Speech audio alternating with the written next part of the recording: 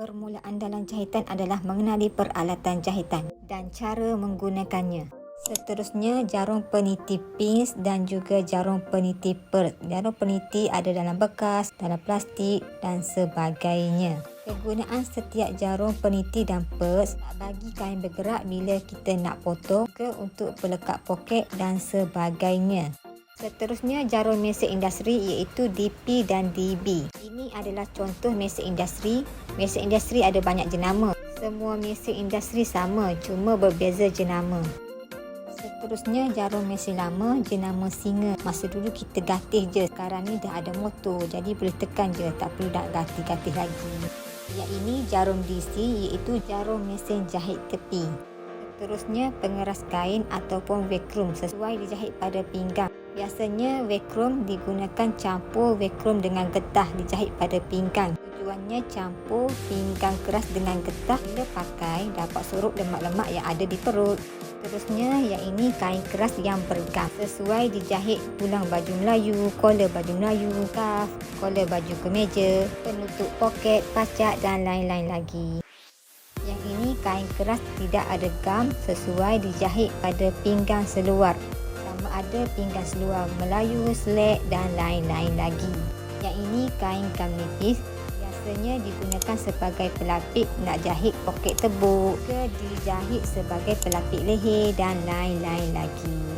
Ini antara contoh pakaian yang menggunakan pelapik leher bergam. Peralatan menjahit seterusnya adalah kertas pola dan juga kertas karbon. Kertas pola ataupun kertas minyak digunakan untuk membuat pola. Kertas karbon digunakan untuk menanda basi-basi dengan menggunakan roda surih. Ini adalah roda surih. Contoh pola yang menggunakan kertas minyak ataupun kertas pola. Ini contoh cara menggunakan kertas karbon. Kertas karbon digunakan untuk memindahkan lisu-lisu pada kain dengan menggunakan roda surih. Seterusnya, yang ini tip pelekat ataupun velcro tape.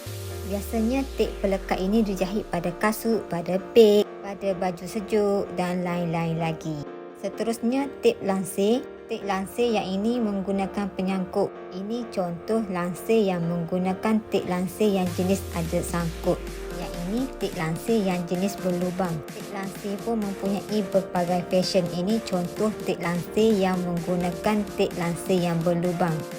Alat jahit seterusnya, cangkuk baju. Ini contoh jahit cangkuk baju. Cangkuk baju biasanya dijahit pada baju kebaya, pakaian dalam wanita dan lain-lain lagi. Seterusnya, butang katup biasa dijahit pada baju kebaya dan lain-lain lagi. Ini contoh butang katup dijahit pada baju kebaya. Seterusnya, yang ini penyucuk benang. Kegunaan penyucuk benang memudahkan memasukkan benang ke dalam jarum. Ianya sangat sesuai pada orang yang matanya kurang nampak nak cucuk jarum. Jadi benda ni sangat memudahkan. Ini adalah contoh cara memasukkan benang ke dalam jarum.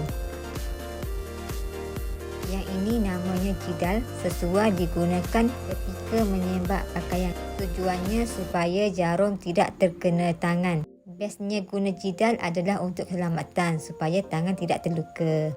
Seterusnya, penetas benang digunakan untuk tetas jahitan yang salah. Ini contoh cara menggunakan penetas benang.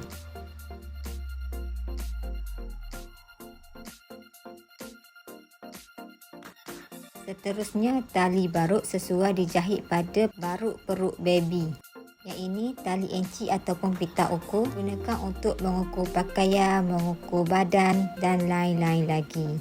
Seterusnya, yang ini tali butang sesuai dijahit pada baju yang menggunakan butang. Tujuannya untuk sangkut butang. Seterusnya, tali mesin lama, itu mesin singa. Yang ini penyepit benang digunakan untuk memasukkan benang ke dalam jarum. Biasanya digunakan pada mesin jahit tepi. Alat jahit seterusnya adalah kapur. Ada pelbagai jenis dan pelbagai jenama. Kapur digunakan untuk menanda atas kain. Peralatan jahitan seterusnya butang. Butang sesuai dijahit pada baju kurung dan lain-lain lagi. Seterusnya, yang ini butang baju kemeja sesuai dijahit pada baju kemeja, baju korporat, baju polis, baju misi dan lain-lain lagi. Ini contoh baju yang dijahit butang baju kemeja. Yang ini butang untuk baju misi. Seterusnya yang ini butang untuk seluar slack. Yang ini pula butang seluar jeans. Ini cara pasang butang pada seluar jeans. Seterusnya yang ini gelendong plastik sesuai untuk mesin portable. Yang ini gelendong besi sesuai untuk mesin industri. Yang ini gelendong besi juga sesuai untuk mesin jahit lama, iaitu mesin singa. Seterusnya yang ini gelendong A dengan B. Gelendong A sesuai untuk mesin jahit lama, iaitu mesin singa. Gelendong B sesuai untuk mesin industri. Peralatan jahitan seterusnya adalah tapak mesin. Yang ini tapak mesin lurus untuk mesin industri. Yang besi dan plastik. Jahitan di dalam video ini menggunakan tapak mesin jahit lurus yang mesin industri punya.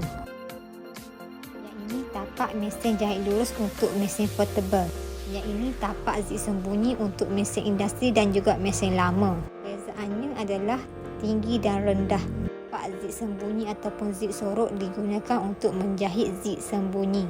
Yang ini tapak zip biasa digunakan untuk menjahit zip ada kiri dan kanan.